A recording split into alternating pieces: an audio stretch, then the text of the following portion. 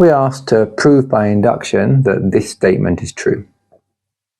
Now, proof by induction is a good topic to incorporate some factorial work in because it's good for the algebra. So let's work our way through this in exactly the same way as we always do with proof by inductions. So the first step, the base case, in this case is when n is equal to 1 because it's the positive integers. So when n is equal to 1, the left-hand side is equal to 1 over 2 factorial, the first term, which is a half. And the right-hand side is equal to 1 minus 1 over, well, in this case, 1 plus 1 factorial, which is equal to 1 minus a half, which is equal to a half. So the base case holds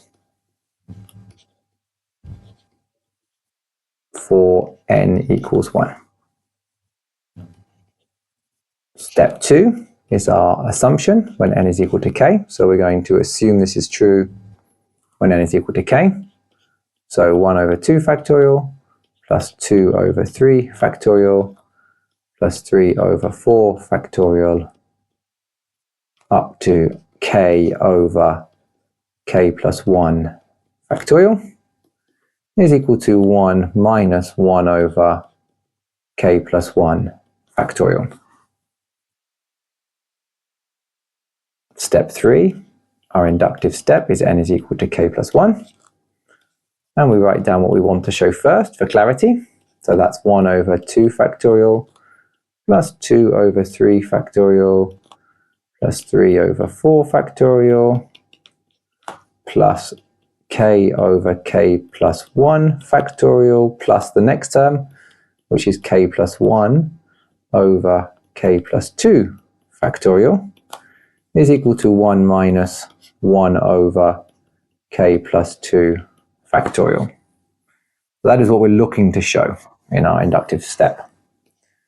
So the left-hand side is equal to, well, we notice that this whole bit here is what we assumed.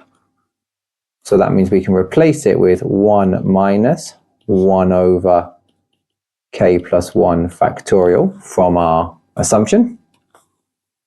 And then we've still got add on the k plus 1 over k plus 2 factorial. Now, given we want this 1 minus out the front, I'm going to leave it as 1 minus, and I'm going to 1 minus something in the brackets. So this is 1 minus k plus 1 factorial, and then minus k plus 1 over k plus 2 factorial, minus because we factorized out a negative here. Now, in order to do this, I've got to find a common denominator.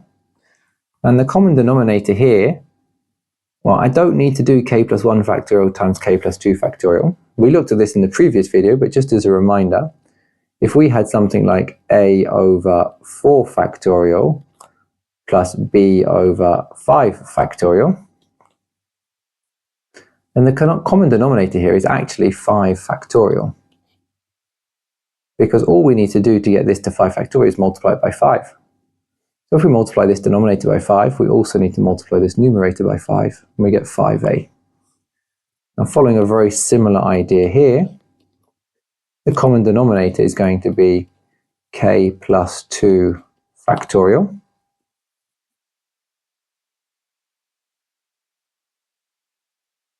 This one hasn't changed, so it's still k plus 1 over that.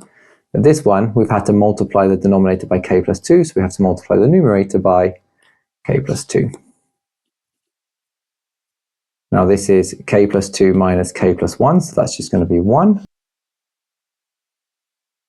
K plus 2 factorial. And this is exactly what we wanted to show here, so that is equal to the right-hand side of what we were trying to show. And we have completed the proof by induction. The last step, which we must always include, is our conclusion. Must never forget our conclusion, which says something along the lines of, same as it always does.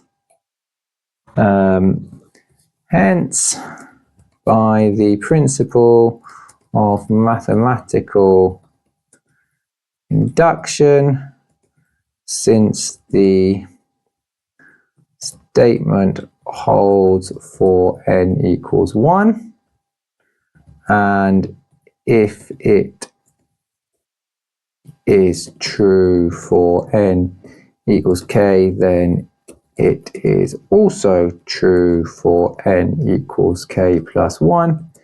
It is true for all n in the positive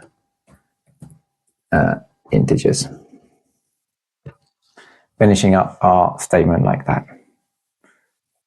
And that is our proof by induction for this particular statement.